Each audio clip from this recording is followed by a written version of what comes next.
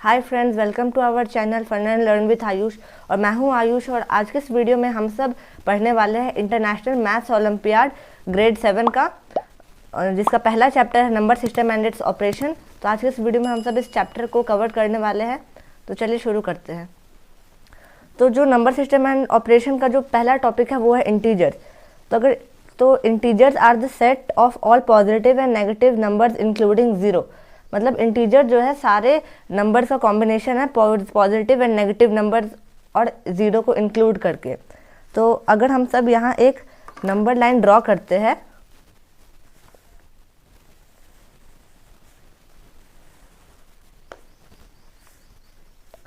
और बीच में एक नंबर ज़ीरो रखते हैं और राइट साइड में 1 2 3 4 और जो आगे है वो इन्फिनिटी तक चलते जाएगा। देन ज़ीरो के लेफ्ट साइड हम सब -1 -2 -3 और -4 को रखते हैं। ये भी इन्फिनिटी तक चलते रहेगा। तो जो ये पूरे नंबर्स हैं इन सब का कॉम्बिनेशन इंटीजर्स कहलाता है। तो चलिए अब इंटीजर्स के कुछ प्रॉपर्टीज़ को समझते हैं। तो इंटीजर्स का जो पहला प्रॉपर्टी है वो है एडिशन ऑफ इंटीजर। तो इससे कुछ प्रॉपर्टीज को हम सब पढ़ लेते हैं। The sum of two integer is an integer और integers are closed under addition. मतलब इंटीजर्स जो है वो एडिशन के अंडर में क्लोज होते हैं और अगर दो इंटीजर्स को ऐड करते हैं तो वो भी एक इंटीजर होगा। जैसे कि एग्जांपल के तौर पे हम सब ले सकते हैं ए और बी एक इंटीजर है, तो जब हम सब ए और बी को ऐड करेंगे तो जो रिजल्ट आएगा वो भी एक इंटीजर ही होगा। The addition of integer is associative. मतलब जो एडिशन है इंटीजर्स का वो एसोसिएटिव होता है। Zero is the additive identity of integer. मतलब कोई भी इंटीजर है जैसे 1 2 3 4 या फिर -1 -2 -3 -4, सबका जो एडिटिव आइडेंटिटी है वो जीरो ही होगा। अब पढ़ते हैं सब्ट्रैक्शन ऑफ इंटीजर।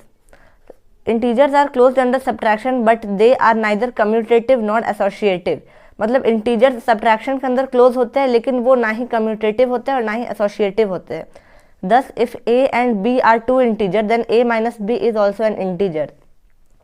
तो जैसा कि मैंने आपको पहले बताया था कि अगर a और b इंटीजर है तो दोनों को ऐड करेंगे तो वो भी एक इंटीजर होगा। उसी तरह if a and b are two integer then a minus b is also an integer. मतलब अगर a और b दो इंटीजर है तो a माइनस बी करेंगे तो वो भी एक इंटीजर ही होगा। उसके बाद मल्टीप्लिकेशन ऑफ इंटीजर्स पढ़ते हैं। The product of two integer is an integer और integers are closed under multiplication.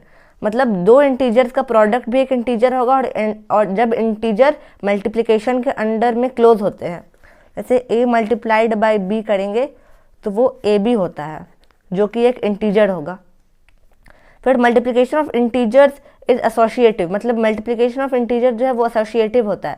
1 is the multiplicative identity of integer. मतलब कोई भी इंटीजर है तो उसका मल्टीप्लिकेटिव आइडेंटिटी 1 ही होगा। अब फॉर एनी इंटीजर a, अगर हम लोग किसी भी इंटीजर को a मान के चलते हैं तो a multiplied by 0 is equal to 0 multiplied by a। मतलब अगर हम यहाँ पे एक एग्जाम्पल दिया हुआ है तो अगर हम सब दो इंटीजर लेते हैं जैसे 2 और 3, तो जब 2 मल्टीप्लाइड बाई 3 करेंगे तो उसको हम लोग 3 मल्टीप्लाइड बाई 2 भी लिख सकते हैं। तो ये आता है मल्टीप्लिकेशन ऑफ इंटीजर्स के प्रॉपर्टी के अंदर। अब डिवीजन ऑफ इंटीजर्स पढ़ते हैं। Division of integers is not communicative. मतलब डिवीजन ऑफ इंटीजर जो होता है वो कम्युनिकेटिव नहीं होता। For any integer a divided by 0 is not defined but 0 divided by a is equal to 0 for a जब 0 के इक्वल में नहीं होता है। उसके बाद ये अगला प्रॉपर्टी पढ़ते हैं। Any integer divided by 1 gives the same integer. मतलब अगर कोई इंटीजर है जैसे a है एक इंटीजर, तो जब हम सब उसे डिवाइड करेंगे 1 से तो वो वही इंटीजर निकलेगा। जैसे अगर 4 है, 4 को हम सब 1 से डिवाइड करेंगे तो वो 4 ही आएगा। अब एक एग्जाम्पल है, उससे पहले कंपेयरिंग इंटीजर्स का एक टॉपिक है, इसे भी कवर करते हैं। We can compare two different integers by looking at the position on the number line. For any two different integer on the number line the integer on the right is greater than the integer on left. मतलब जो भी integers होते हैं उन्हें जब compare करना होता है तो जो भी इंटीजर राइट साइड में है वो लेफ्ट साइड के इंटीजर से बड़ा होता है हमेशा। जैसे कि यहाँ पे 2 है तो 1 से हमेशा बड़ा होगा क्योंकि 2 1 के राइट में है। तो अब एक एग्जाम्पल उससे सॉल्व करते हैं। क्वेश्चन है 14 minus 3 plus 15 multiplied by 3 minus 2, 13 minus 25। तो इस क्वेश्चन को सॉल्व करना है। तो इसे सॉल्व करने से पहले मैं आपको बता दूं बोर्ड मास के बारे में। आपको पता ही होगा, पर अगर नहीं पता तो बोर्ड मास सीख लेते हैं पहले। तो बोर्ड मास एक वर्ड नहीं है, बल्कि वो एक उसके हर एक लेटर का एक फुल फॉर्म होता है। जैसे यहाँ बोर्ड मास मैंने लिखा, और बी का मतलब होता है ब्रैकेट्स। मतलब जब भी कोई क्वेश्चन है तो उसे जब हम सब सॉल्व करेंगे तो वो पहले ब्रैकेट सॉल्व होगा। इसमें भी 3 तरह के ब्रैकेट होते हैं। पहला होता है स्मॉल ब्रैकेट, फिर कर्व ब्रैकेट, फिर बिग ब्रैकेट। उसके बाद ओ का मतलब होता है ऑफ का मतलब होता है मल्टीप्लिकेशन। डी का मतलब होता है डिवीजन। एम का मतलब होता है मल्टीप्लिकेशन।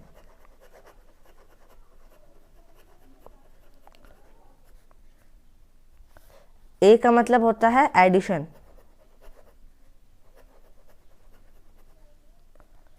और एस का मतलब होता है सब्ट्रैक्शन।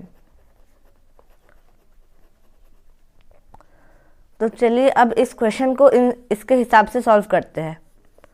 तो इस क्वेश्चन में जैसे कि हम सब देख सकते हैं कि स्मॉल ब्रैकेट है 13 माइनस 25 में, तो पहले ये सॉल्व होगा।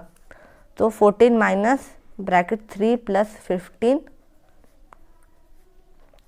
Then 15 multiplied by 3 minus 2 multiplied by 13 minus 25 होता है माइनस 12, तो माइनस 12, देन कर्व ब्रैकेट, फिर बिग ब्रैकेट।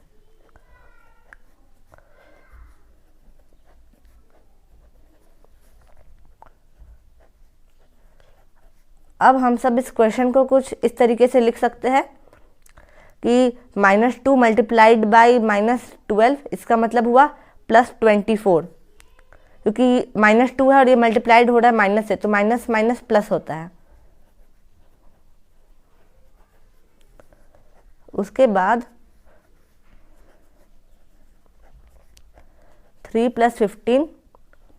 अब बोर्ड मास के हिसाब से हम सब पहले यहाँ पे 15 मल्टीप्लाइड बाई 3 प्लस 24 है, तो मल्टीप्लिकेशन पहले आता है एडिशन से, तो हम सब पहले मल्टीप्लाई कर लेते हैं। तो 45 प्लस 24,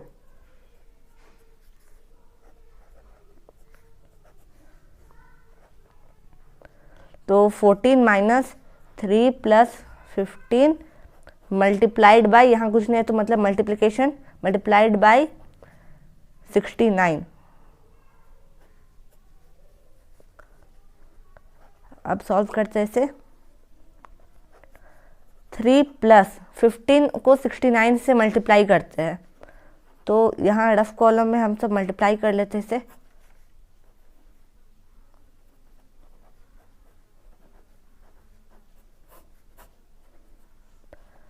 9 4 13,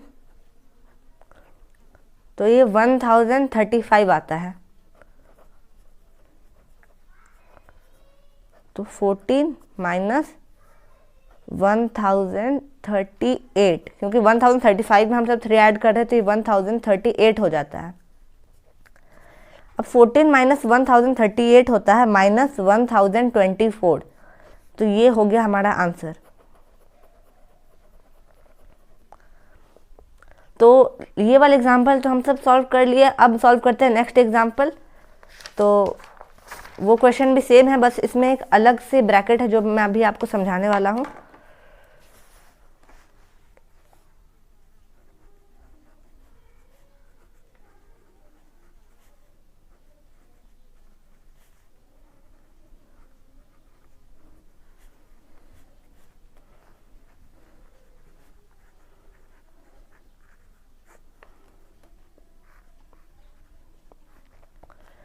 तो अभी तक आपने पढ़ा था बोर्ड मास में कि पहले ब्रैकेट होते हैं, पर अगर ब्रैकेट के अंदर ये ऊपर एक बार आ गया, इसे हम सब बार ब्रैकेट कहते हैं, तो वो ब्रैकेट से भी पहले सॉल्व होता है। इसका मतलब 24 माइनस 12 के ऊपर ये बार ब्रैकेट है, तो ये पहले सॉल्व होगा।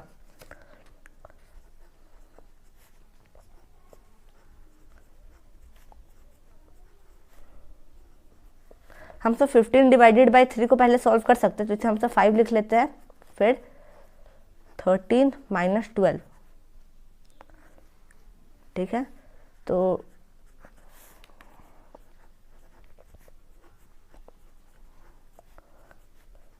25, 5 माइनस 1,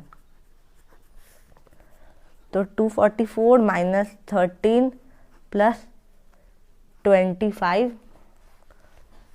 मल्टीप्लाइड बाई, यहाँ कुछ नहीं है मतलब multiplication 5 minus 1 is equal to 4, फिर ब्रैकेट क्लोज। तो 25 फोर द 100, 100 प्लस 13 113। अब 244 में से 113 माइनस कर लेते हैं, तो ये होता है 131। तो 131 हुआ हमारा आंसर, जैसा कि आप देख सकते हैं। अब हम सब पढ़ते हैं, अब हम सब सीख लेते हैं एब्सोल्यूट वैल्यू के बारे में। तो एब्सोल्यूट वैल्यू का मतलब वही इंटीजर होता है। जैसे अगर कोई इंटीजर है जैसे कि a, तो a का एब्सोल्यूट वैल्यू भी a ही होगा। अगर ये माइनस a है तो माइनस a का भी एब्सोल्यूट वैल्यू माइनस a ही होगा। तो अब इसी के बेसिस पे यहाँ पे एक एग्जांपल है, इसे हम सब सॉल्व कर लेते हैं, जैसा कि आप देख सकते हैं। तो क्वेश्चन है 44 minus 1 plus 5, 12 divided by 4 minus 2, 1 minus, तो यहाँ पे बार ब्रैकेट है ऊपर में, तो ये 1 हो जाएगा।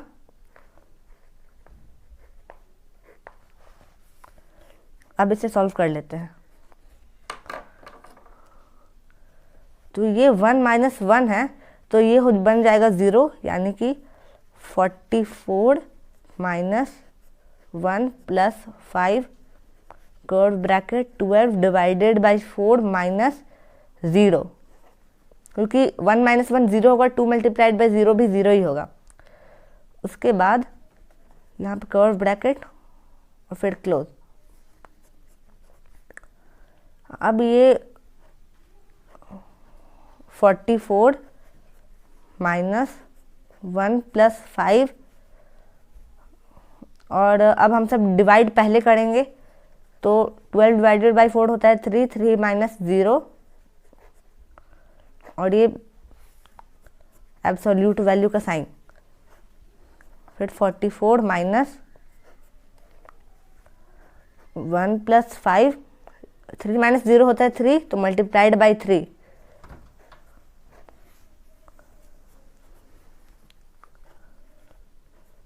तो ये हुआ 44 माइनस 1 प्लस 15,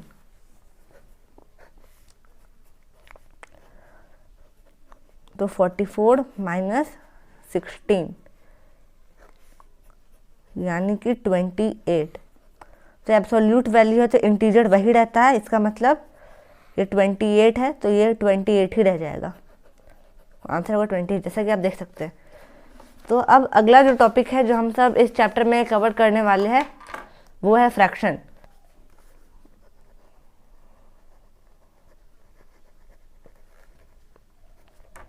तो fractional number is defined as a part of whole, मतलब जो फ्रैक्शनल नंबर होता है वो एक होल यानी कि एक पूरे का एक पार्ट होता है। जैसे कि अगर यहाँ हम सब एक सर्कल ड्रॉ करते हैं और इसे 4 पार्ट्स में डिवाइड करते हैं और इसमें हम सब 2 पार्ट को शेड कर देते हैं, इस तरह से यहाँ 2 पार्ट शेड हो गया, तो इसे हम सब फ्रैक्शनल फॉर्म में लिख सकते हैं 2/4, और अगर इसे सिंप्लीफाई कर लेंगे तो ये बन जाएगा 1/2। तो जो ये 1/2 है ये एक फ्रैक्शनल नंबर है। तो अब कुछ प्रॉपर्टीज ऑफ फ्रैक्शन है तो इसे भी समझ लेते हैं। तो multiplication bye same number with numerator and denominator of the fraction results the same number, मतलब सेम फ्रैक्शन, मतलब अगर हम किसी नंबर को न्यूमरेटर और डिनोमिनेटर दोनों से मल्टीप्लाई कर रहे हैं तो वो सेम फ्रैक्शन आएगा।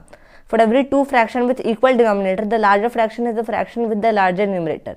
मतलब अगर कोई 2 फ्रैक्शन है जैसे 15/16 और 14/16, तो इन दोनों फ्रैक्शन में बड़ा फ्रैक्शन वो होगा जिसका न्यूमरेटर बड़ा होगा, क्योंकि इसमें से जो डिनोमिनेटर है वो तो इक्वल है, तो न्यूमरेटर को हम सब देखेंगे तो न्यूमरेटर जिस फ्रैक्शन का बड़ा होगा वो पूरा फ्रैक्शन लार्जर फ्रैक्शन होगा। अब अगला प्रॉपर्टी है for every two fraction with equal numerator the larger fraction is the fraction with the smaller denominator. मतलब जो दो फ्रैक्शन हैं जैसे कि 3/2 और 3/4, तो दोनों का न्यूमरेटर इस बार सेम है पर डिनोमिनेटर अनइक्वल है, तो जिसका डिनोमिनेटर छोटा होगा वो फ्रैक्शन बड़ा हो जाता है। तो ये थे प्रॉपर्टीज ऑफ फ्रैक्शन। अब addition and subtraction of the fraction को हम सब देखते हैं। तो add the numerator of the given fraction after making their denominators equal by taking their LCM. Subtract the numerator of the given fraction after making their denominator equal by taking their LCM. मतलब जब भी addition और subtraction होता है fraction में तो सबसे पहले तो उसका डिनोमिनेटर का एलसीएम निकाल के हमें दोनों फ्रैक्शन को इक्वल करना होता है। उसके बाद जो न्यूमरेटर है उससे अगले दूसरे न्यूमरेटर को प्लस करना होता है और सब्ट्रैक्शन में माइनस करना होता है। अब है multiplication and division of fraction, मतलब मल्टीप्लिकेशन एंड डिवीजन। तो मल्टीप्लिकेशन जब भी होता है फ्रैक्शंस के बीच में, जैसे 3/4 है और 5/6 है, तो इसमें हम सब न्यूमरेटर को न्यूमरेटर से मल्टीप्लाई कर देंगे तो 3 5 15 और डिनोमिनेटर को डिनोमिनेटर से मल्टीप्लाई कर देंगे यानी 15/24 और इसे सिंप्लीफाई करने पे आता है 3 5 15 3 8 24 यानी कि 5/8। तो हम सब कह सकते हैं कि 3/4 और 5/6 का प्रोडक्ट है 5/8। तो इस तरीके से मल्टीप्लिकेशन होता है। और डिवीजन में अगर हमें 3/4 को 5/6 से डिवाइड करना हुआ तो हमें 5/6 का रेसिप्रोकल करना होता है, मतलब 3/4 मल्टीप्लाइड बाई 6/5। डिनोमिनेटर न्यूमरेटर बन जाएगा और न्यूमरेटर डिनोमिनेटर। अब इसे हम सब सिंप्लीफाई कर सकते हैं और 9/10, तो ये आता है फाइनल आंसर। तो ये डिवाइड करने पे आता है। तो डिवीजन और मल्टीप्लिकेशन में हम सब सीख चुके हैं। तो अब अगले टॉपिक पे बढ़ते हैं जो कि है कंपैरिजन ऑफ फ्रैक्शन। तो for comparing two fraction a b and c, a by b and c by d, multiply numerator of the first fraction with the denominator of the second and vice versa. Compare the product a multiplied by d and b multiplied by c. इसका मतलब कि जब भी हमें दो fraction को compare करना होता है तो हमें पहले फ्रैक्शन के न्यूमरेटर को दूसरे फ्रैक्शन के डिनोमिनेटर से मल्टीप्लाई करना होता है और दूसरे फ्रैक्शन के न्यूमरेटर को पहले फ्रैक्शन के डिनोमिनेटर से मल्टीप्लाई करना होता है। फिर जो आएगा उसमें देखा जाता है कि इक्वल है या कि कौन सा बड़ा है कौन सा छोटा है। जैसे अगर यहाँ फ्रैक्शन है a/b एंड c/d, तो हम सब a इंटू डी कर देंगे और b इंटू सी कर देंगे। फिर जो बड़ा होगा, जैसे अगर a इंटू डी बड़ा है तो हम सब कह सकते हैं कि a/b बड़ा हो गया। अगर b इंटू सी बड़ा होता तो हम सब कह सकते हैं c/d बड़ा होगा। तो ये होता है कंपैरिजन ऑफ फ्रैक्शन। अब यहाँ पर एक एग्जांपल है जिसे हम सब समझ लेते हैं कि a pillar has 3 colours of which 7/8 metre of it is yellow, 12/24 metre of it is green and 1/2 metre of it is white. Find the length of the pillar. मतलब एक पिलर है उसमें 7/8 मीटर येलो है और 7/8 metre yellow है और 12/24 metre इसका green है और 1/2 मीटर वाइट है। तो इसका लेंथ क्या होगा? तो लेंथ हमें इन तीनों को ऐड करने में पता चलेगा। तो सबसे पहले तो येलो पार्ट का जो है हम सब इसका मेजरमेंट निकालते हैं। तो वो है 7/8 मीटर। फिर ग्रीन पार्ट का मेजरमेंट निकालते हैं। तो ग्रीन पार्ट जो है वो है 12/24 मीटर। इसे हम सब 1/2 भी लिख सकते हैं। और जो वाइट पार्ट है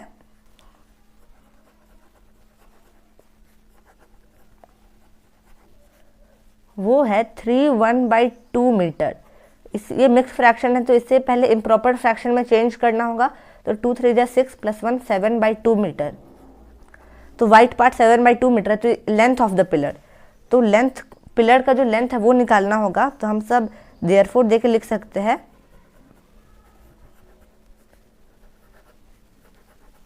length of the pillar is equal to 7/8 + 12/24 + 7/2। तो ये हम सब लेंथ ऑफ पिलर लिख सकते हैं। अब इन सबको ऐड करना होगा। तो जैसा कि मैंने बताया था कि फ्रैक्शन को ऐड करने के लिए पहले उसके डिनोमिनेटर को सेम करना होगा एलसीएम निकाल के। तो 8 24 और 2 का एलसीएम होता है 24। तो हम सब यहाँ एक अलग लाइन में 24 लिख लेते हैं नीचे, क्योंकि ये पूरे पार्ट का एक डिनोमिनेटर बन जाएगा सेम 24। अब जो है इसे हम लोग ऐसे लिख सकते हैं 24/8 multiplied by 7 plus 24/24 multiplied by 12 plus 24/2 multiplied by 7। तो इस तरीके से लिख सकता है। अब इसे बस सिंप्लीफाई करना है। 8 3 ज़ा 24, 24 1 ज़ा 24, 2 12 ज़ा 24। अब 3 7 ज़ा 21 प्लस 12 प्लस 12 7 ज़ा 84 बाई 24। तो अब हम सब इसे ऐड कर लेते हैं। तो ये होता है 117/24। लेकिन आंसर जो है ये मिक्स फ्रैक्शन में, तो हमें इसे मिक्स फ्रैक्शन में कन्वर्ट करना होगा। तो मिक्स फ्रैक्शन में कन्वर्ट करने के लिए हमें न्यूमरेटर को डिनोमिनेटर से डिवाइड करना होगा। तो ये 117/24 है। तो इसे डिवाइड कर लेते हैं। तो रफ कॉलम में 24 मल्टीप्लाइड बाई 4 करेंगे तो 4 4 जा 16, 6 1 कैरी ओवर, 4 2 जा 8 1 9 96। और 24 मल्टीप्लाइड बाई 5 करेंगे तो 120 आता है, जो कि 117 से बड़ा है। तो 24 4 जा 96 माइनस 1, तो ये 21 आ रहा है। तो हम इसे लिख सकते हैं कि 21, लेकिन जो ये 117/24 ये जो फ्रैक्शन है इसे हम सब सिंप्लीफाई कर सकते हैं, क्योंकि ये दोनों 3 से डिविजिबल है। तो 3 8 ज़ा 24, 3 3 ज़ा 9 एंड 3 9 ज़ा 27। तो 39/8 आ रहा है। तो अब इसे मिक्स फ्रैक्शन में चेंज करते हैं। तो 39 डिवाइडेड बाई 8, 8 4 ज़ा 32 माइनस 07। तो इसे हम सब इस तरीके से लिख सकते हैं 4/7/8। तो ये होगा फाइनल आंसर। तो फ्रेंड्स हमारा आंसर तो आ चुका है 4/7/8, लेकिन जो हमारा पहला प्रोसेस था जिसमें हमने 117 को 24 से डिवाइड किया था, तो उसमें हमारा मिक्स फ्रैक्शन आ रहा था 421/24। तो इसे भी हम सब अगर सिंप्लीफाई करें तो हमारा आंसर आ रहा है 3 7 ज़ा 21 और 3 8 ज़ा 24।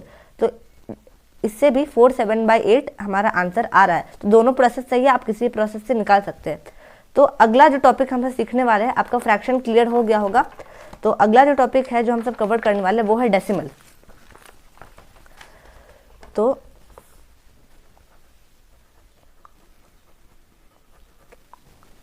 अभी हम सब डेसिमल्स कवर करने वाले हैं। तो decimal number is an another way to write a fraction. For example rupees 4.25, rupees 0.25, the number after the decimal or right side from the decimal is part of 1 rupees.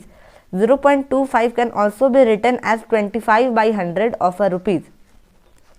तो यहाँ पे दिया हुआ है कि अगर हम सब लिखते हैं रुपीज 0.25, तो वो 25/100 ऑफ अ रुपीज हम सब उसे कह सकते हैं, क्योंकि जब 25/100 है तो इसे हम 0.25 भी लिख सकते हैं। तो अगर डेसिमल में आपको बताऊं तो वो फ्रैक्शन को सिंप्लीफाई करने पे आता है। जैसे अगर एक फ्रैक्शन हम सब ले लेते हैं 4/5। अगर 4/5 हमारा एक फ्रैक्शन है, तो जब हम इसे सिंप्लीफाई करेंगे तो सिंप्लीफाई करने के लिए पहले हमें इसे डिवाइड करना होता है, यानी कि 4 डिवाइडेड बाई 5। 4 0 ज़ा 0 माइनस 4.0, 5 8 ज़ा 40। तो 4/5 को हम सब 0.8 भी लिख सकते हैं। 0.8 जो है ये एक डेसिमल है। 4/5 हो गया एक फ्रैक्शन और 0.8 हो गया एक डेसिमल। तो यही डिफरेंस होता है फ्रैक्शन और डेसिमल में। तो अब डेसिमल से रिलेटेड एक क्वेश्चन है जिसे हम सब सॉल्व कर लेते हैं। ये एक एग्जाम्पल है, पर इसका एक स्टेप है। इसका एक प्रोसेस है, उस पर हमें वैल्यू पुट करके आंसर निकालना है। तो ये हो गया एग्जाम्पल। तो 2.05 multiplied by 2.05 plus 2.05 multiplied by 1.34 plus 1.34 multiplied by 1.34 divided by 2.05 multiplied by 2.05 multiplied by 2.05 minus 1.34 multiplied by 1.34 multiplied by 1.34। तो इस क्वेश्चन को सिंप्लीफाई करने के लिए पहले हमें इस ऊपर न्यूमरेटर को डिनोमिनेटर से सिंप्लीफाई करना होगा। जैसे अगर इस क्वेश्चन को हम लोग नीचे एक बार कॉपी कर लेते हैं।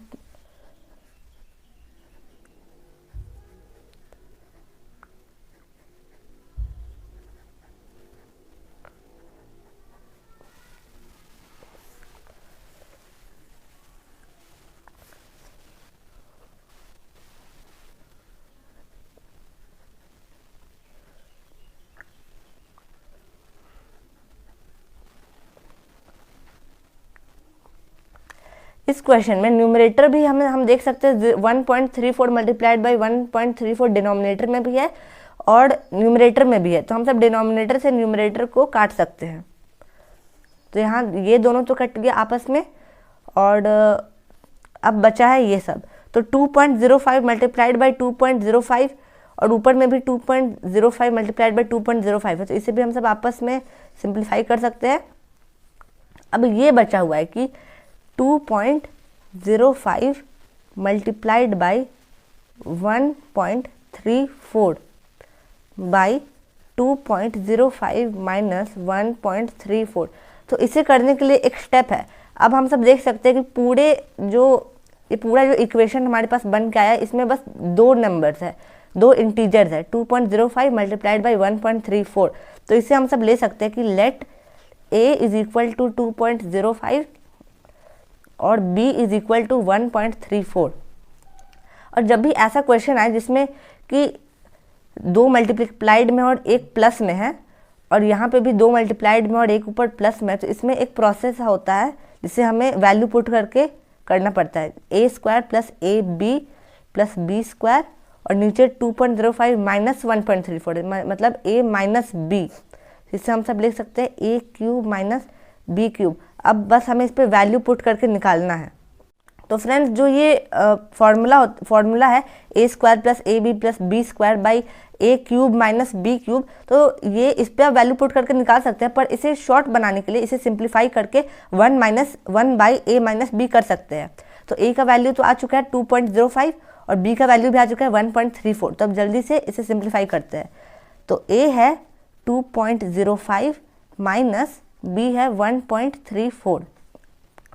तो 1 बाई, इसे सिंप्लीफाई करने पे आता है 7, तो 0.71 आ रहा है इसे सिंप्लीफाई करने पे। तो इसे हम पॉइंट हटाएंगे तो यहाँ मल्टीप्लाइड बाई 100 आ जाएगा, यानी कि 100 बाई 71। तो अब हमें 100 को 71 से डिवाइड करना होगा क्योंकि जो ऑप्शन है वो डेसिमल में है इसलिए। तो चलिए 100 को 71 से डिवाइड करते हैं।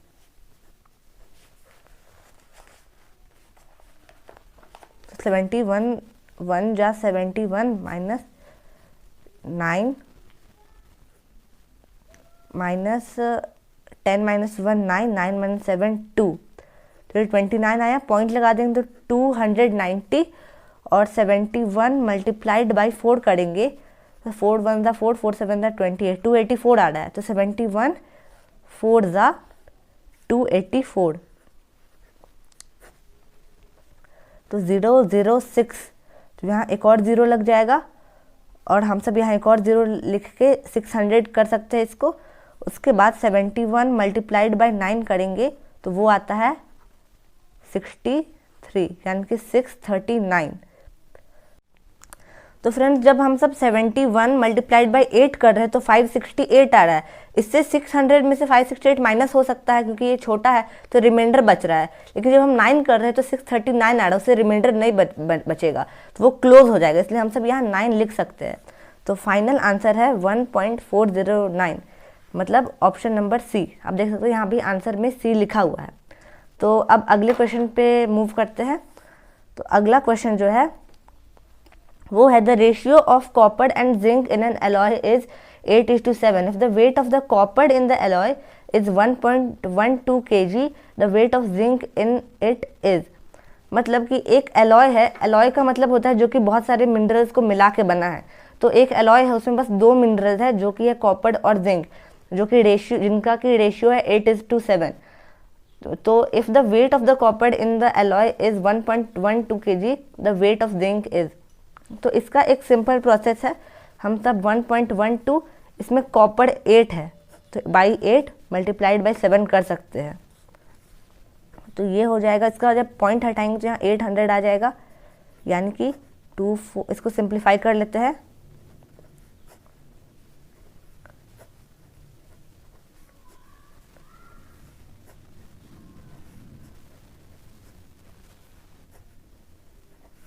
तो ये 49/50 आंसर आ रहा है, पर जो ऑप्शन है वो डेसिमल में दिया हुआ है, तो हमें इसे डेसिमल में कन्वर्ट करना होगा, यानी 49 को 50 से डिवाइड करना होगा।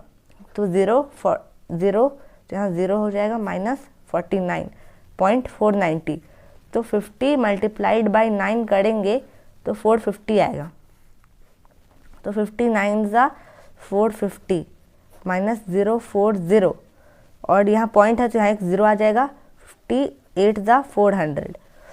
तो अब ये पूरी तरीके से सिंप्लीफाई हो चुका और हमारा आंसर है 0.98। तो ये होगा आंसर, जैसा कि आप देख सकते हैं 0.98 बी में है, तो आंसर बी है। तो फ्रेंड्स चलिए अब अगला टॉपिक कवर करते हैं, जो कि है रेशनल नंबर्स।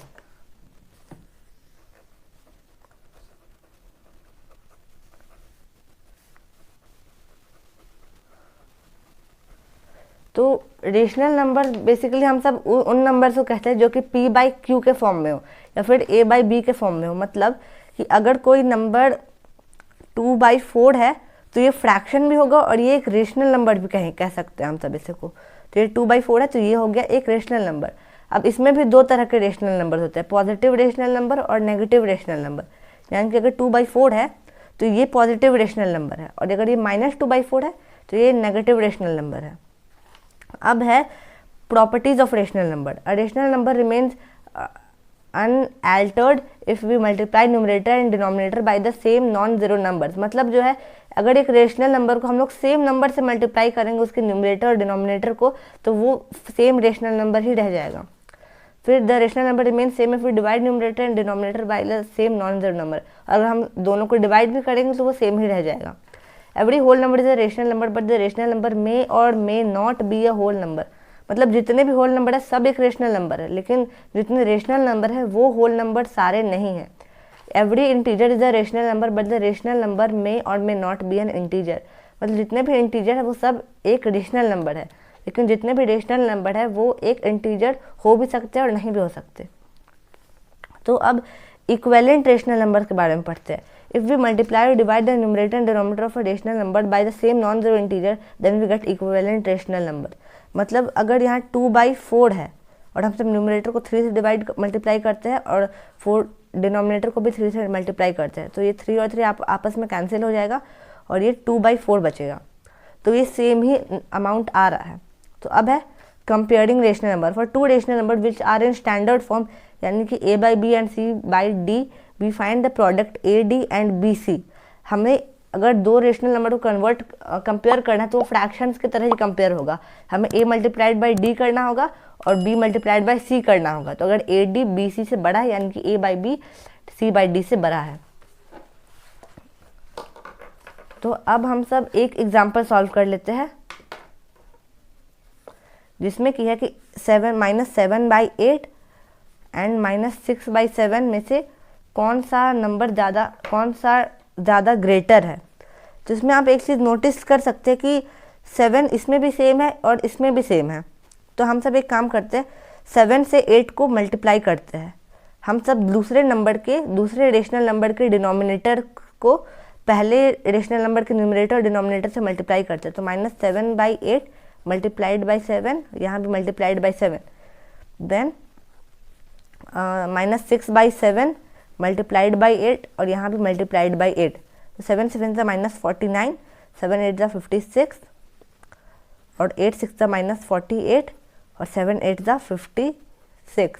तो आप देख सकते हैं कि -48 जो है -49 से बड़ा है, तो हम सब इसे लिख सकते हैं -7/8 -6/7 इज ग्रेटर देन -7/8। ये होगा आंसर।